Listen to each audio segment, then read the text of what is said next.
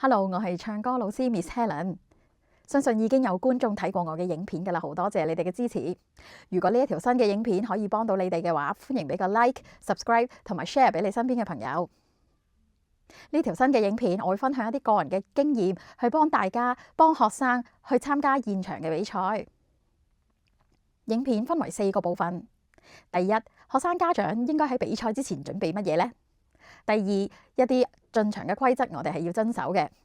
第三，故事案例。第四，比賽時間表。結尾嘅時候，我亦都會分享一個小彩蛋，記得留到最尾啦，唔好走寶啊！比賽之前，我哋應該要準備啲乜嘢呢？男仔女仔要保持儀容整潔啦。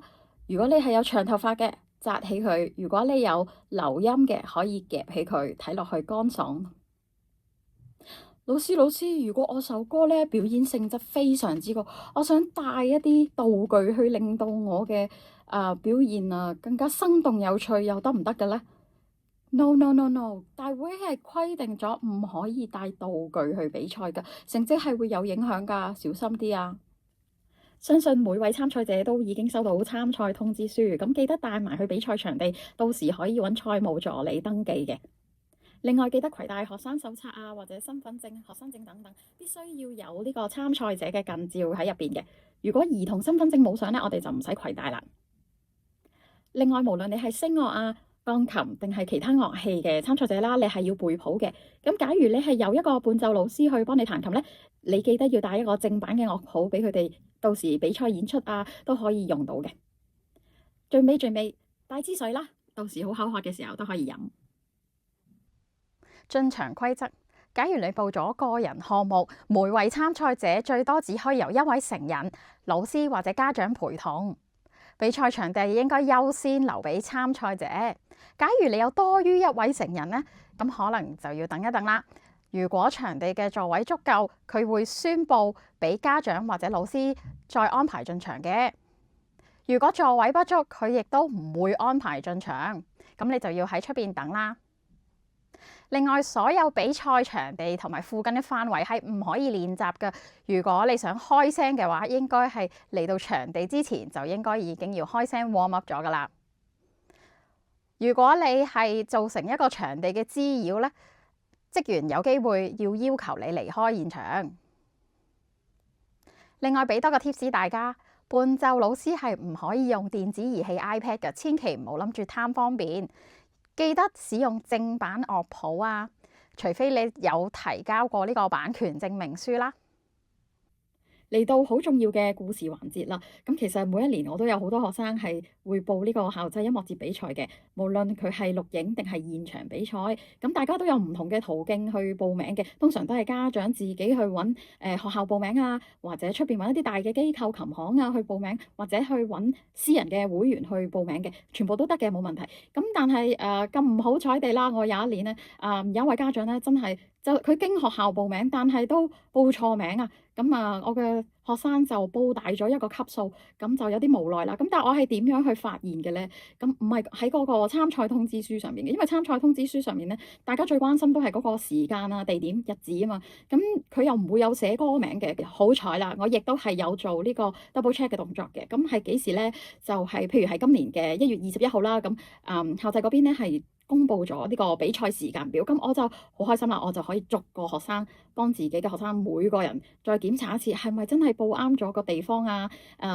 你係咪真係報啱咗嗰個 group 啊？然後就俾我檢查到我個學生真係報錯咗，咁唔緊要嘅，我哋報錯咗都雖然有啲無奈啦，咁但係最後我都叫做好早發現咗。譬如我哋3月比賽嘅話，我哋起碼仲有個幾月嘅時間可以去練習一首新嘅歌啦，係講得切，一定講得切嘅。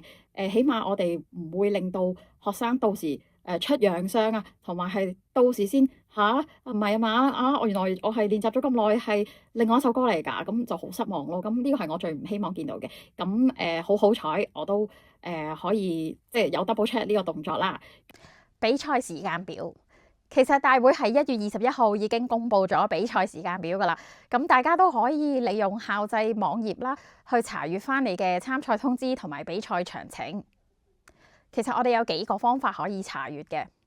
第一，參賽者可以睇下自己參賽通知書上面咧係有一個參考編號，咁只要你打返嗰個參考編號去搜尋自己嘅組別咧，就會出現咗所有嘅參賽者啦、地區、時間，咁你可以對下啦。第二就係會員啦，咁我相信各位會員只要登入咗，你都可以睇到嘅。第三，其他人士，你只要直接打開比賽項目總覽表，佢會查閱到所有嘅比賽分組資料。咁你可以根據翻你報嘅項目啦，就會睇到唔同嘅地區時間，再撳入去就會見到你想揾到嘅小朋友嘅名啊，或者究竟一組入邊有幾多人，可以睇到自己嘅時間表係有好多好處㗎。咁第一啦，我可以知道自己嘅比賽組別有幾多個人，可以係20幾個，可以係40幾個人，係唔同㗎。第二個好處就係睇到自己嘅組別其實有冇分上下半場嘅呢？乜嘢意思呢？如果你係上半場嘅參賽者呢，咁你要預留1至2個小時嘅時間。點解啊？因為我係要等到下半場嘅所有參賽者結束啦，先可以攞翻分子同埋知道結果嘅。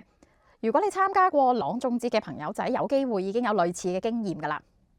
最後一個好處就係你可以檢查自己組別上邊嘅曲目名稱，睇下有冇報錯。然後到時可以避免彈錯歌啊，或者唱錯歌，咁辛苦練習竟然唔係嗰首歌，就會浪費咗時間，都好重要㗎呢一點。睇到呢度真係好多謝你啊！頭先片頭嘅時候有個小彩蛋話想同大家分享嘅，咁就係我即將會再拍另外一條片，去關於點樣去選擇一個好嘅伴奏老師。其實除咗鋼琴啦，好多樂器啊或者聲樂嘅同學仔都需要去揾一個伴奏老師去現場比賽㗎。雖然伴奏係一個輔助嘅角色啦，但係去到比賽實際咧係由1個人變咗做2個人去一齊出場㗎。我覺得係好值得去開一個新嘅 topic 去講解一下㗎。尤其是有啲家長未必係有樂器啊嘅或者讀音樂嘅背景啊，可能就一頭霧水，根本唔知點樣分好同唔好，唔知點樣去選擇。咁如果你有興趣嘅話咧，記得留意我下一條片。多謝。